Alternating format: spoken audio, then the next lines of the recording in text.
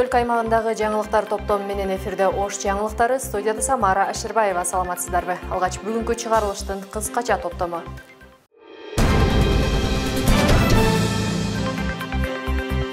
Ала Тоо аянтына жаңы желек илинди. Салтанатка Акылбек Жапаров катышты. Жыл ичинде өлкө боюнча 10 000 үй-бүлө социалдык контракт алган. Президенттин жарлыктарынын алкагында Ошто жеке ишкерлерди колдоого багытталган иштер аткарылууда.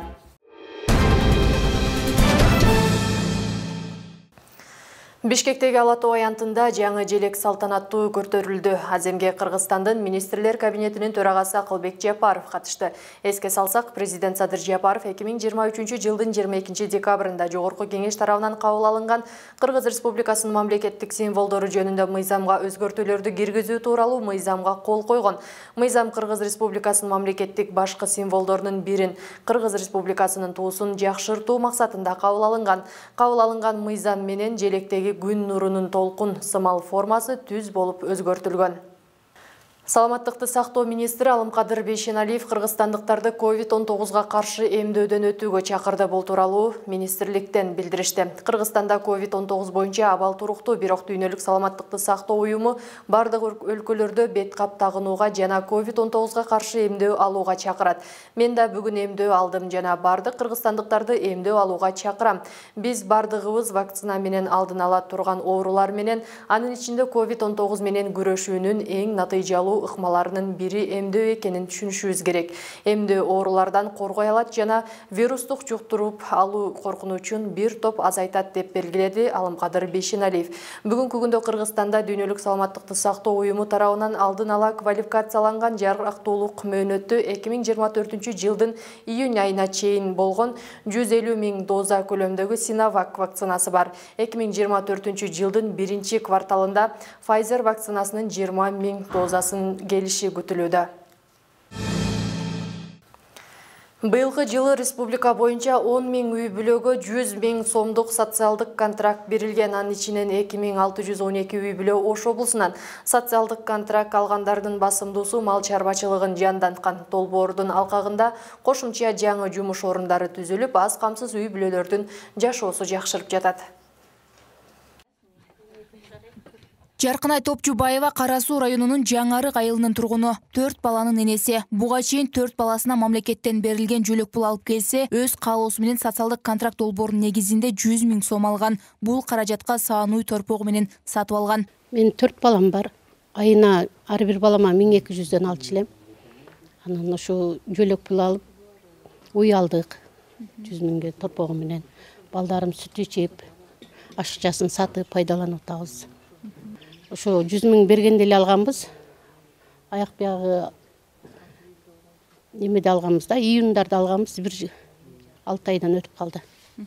Ошол айына ошол жөлөк пул алып турган жакшы экен же 100 000 сом алып ошол саан малдуу болгон жакшы экен? Эмндай салыштырып көрдүңүзбү? Салыштырып көрдүм. 100 000 алып ошондой неме кылган жакшы экен. Бизнес баштаган. Жаңарык айыл аймагында жалпы 27 аз камсыз болгон үй-бүлө 100 000 сомдон алышкан. Жергиликтүү бийлик ишкерликти баштагандарга көмөк кылып турат. 25 үй-бүлө мал торпогу менен алса, 2 үй-бүлө майда кой жандыктарын алышкан. Азыркы күндө бардыгынын алы жакшы, кышкыга жем-жөбүн баарын даярдап дайын боло турушат. Биздин айыл өкмөттүн эсебинен ар бир үй-бүлөгө 50 данадан чөп пресс бекер таркатылып, үйүнө жеткирилип берилген. Андан сырткары дагы ошол алган аз камсыз үй-бүлөлөргө ар дайым айыл өкмөт тарабынан колдоо көрсөтүлүп турат. Социалдык контракт долбоорунун алкагында быйыл республика боюнча 10 000 үй-бүлөгө 100 000 сомдон берилген. Анын 2612си Ош облусунан. Негизги максат калкты жакырчылыктан чыгаруу, жашоо шартын оңдоого көмөктөшүү. Социалдык контракт долбоору аркылуу ушул 2612 үй-бүлөгө 100 000 сомдон акча каражаты берилип, алар негизинен ушул мал чарбачылыгына, дыйканчылыкка, соода саттыкка, бал өстүрүүгө, тигүүгө сыяктуу ушул тармактарга атайын ушул бизнести башташты. Ошонун жыйынтыгы менен бүгүн ушул Ош облусунун аймагында жаңы жумуш орундары түзүлүп, ушул жарандарыбыз өздөрүнүн үй-бүлөсүнүн кирешесин чоңойтуп, кеңейтип, ошону менен бирге ушул үй-бүлөнүн экономикалык мүмкүнчүлүктөрү чоңойтконго чоң шарттар жаралды. Эске салсак, өлкө башчысы Садыр Жапаровдун демилгеси менен социалдык контракт долбоору 2022 жылы ишке ашкан. Айымкан Исралгызы, Азам Бузириков, УТРК Ош. Баткенде шахтада уранды алдында калган 2 кен казуучу куткарылды. Бул тууралуу Өзгөчө кырдаалдар министрлигинен билдиришти. Окуя кечээ Сүлүктүү шаарындагы Южный 3 шахтасында катталган. Өзгөчө кырдаалдар министрлигине саат 19:49 чамасында билдирүү түшүп, жерине 18 куткаруучу тартылган. Куткаруучулардын ыкчам аракеттеринин жыйынтыгында шахтада уранды алдында калган 1992 жылы жана 1976 жылы туулган тургундар куткарылып, тез жардам кызматына өткөрүлүп берилген. Казакстандын укук коргоо органдары тарабынан издөө жарыяланган жаран сырткы видеокамералардын жардамы менен Бишкектен кармалды. Бул тууралуу Ички иштер министрлигинен билдиришти. Маалыматка ылайык видео байкоо камералары аны пирамида схемасын түзүү жана жетектөө үчүн издөөдө жүргөн адам катары тастыктаган. Алматы шаарынын Медеу райондук полиция башкармалыгы тарабынан Казакстандын кылмыш жаза кодексинин 217 беренеси боюнча издөө жарыяланган казак жараны Бишкек шаарындагы камераларга 2023 жылдын декабрь айынын аягында түшүп калганы аныкталган. Ага карата бөгөт коюу чарасы камакка алуу болгон. Президенттин жарлыктарынын алкагында Ош облусунун аймактарындагы жеке ишкерлерди колдоого багытталган ишмерчемдер аткарылууда. Мамлекет тарабынан берилген жеңилдетилген насыяларды алуу менен ишкерлер өнөр жай тармагында, өндүрүш тармагында жана башка ишканаларда ачкан.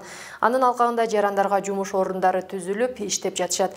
Өндүрүштөгү чакан ишканалар район аймактарын чыгарган продукциялары менен камсыздап жатышат. Ал эми тигүү цехтери чет өлкөлөргө жибергенин айтышат. Барчынай Орозбаева Куршап айылынын тургуну. Айыл жергесинде ачылган чакан кондитердик цехте эмгектенет. 6 баласы бар. Айыл жергесинде таттуулардын түрүн жасап, эмгектенип жатканына кубанат. Ушундай ишканалар көп болсо, элет элинин турмуш шарты жакшырат деп билдирет.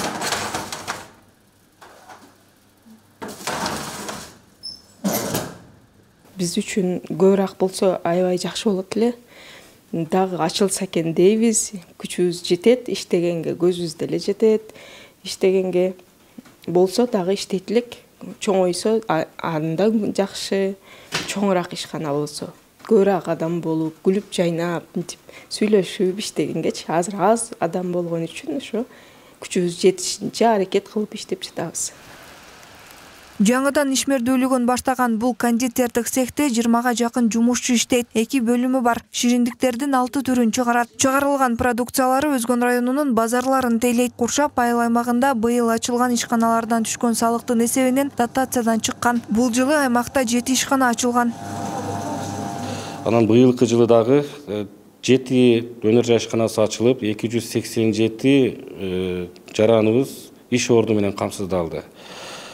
Ошол менен эле бирге биз айыл өкмөтүбүзгө ишкана ачам, өндүрүш ишканаларын ачам деген жеке ишкерлерге дайыма кол сунуудабыз.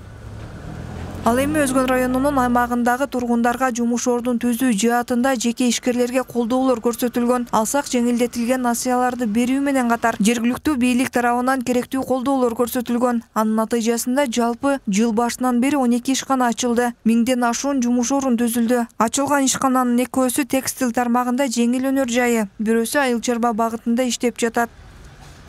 Бир ишкана ушул айыл чарба багытында логистикалык борбор, ал жерде мына 20га жакын жумуш орду менен камсыз болду.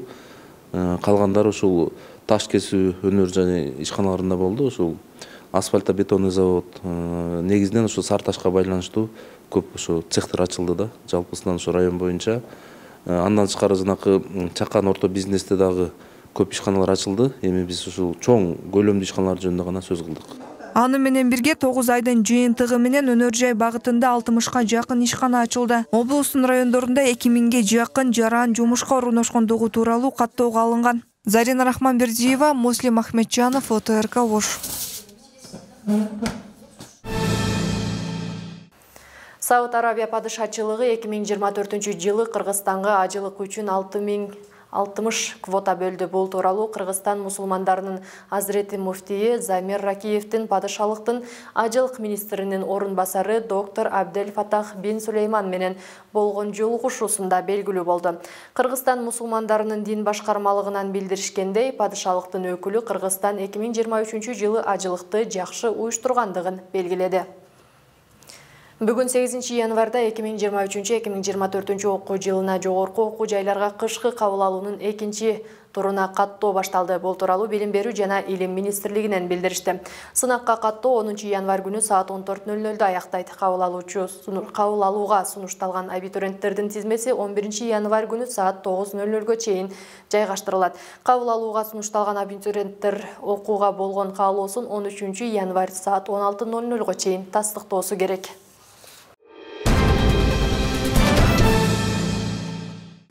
Бүгүнкү күнгө алынган жаңылыктар топтон мына ушулар болду. Ушул жана башка маалыматтарды биздин социалдык түйүндөрдөгү баракчаларыбыздан кенен таанышсаңыздар болот. Мен сиздер менен коштошом. Алдыда аба ырайы тууралуу маалымат.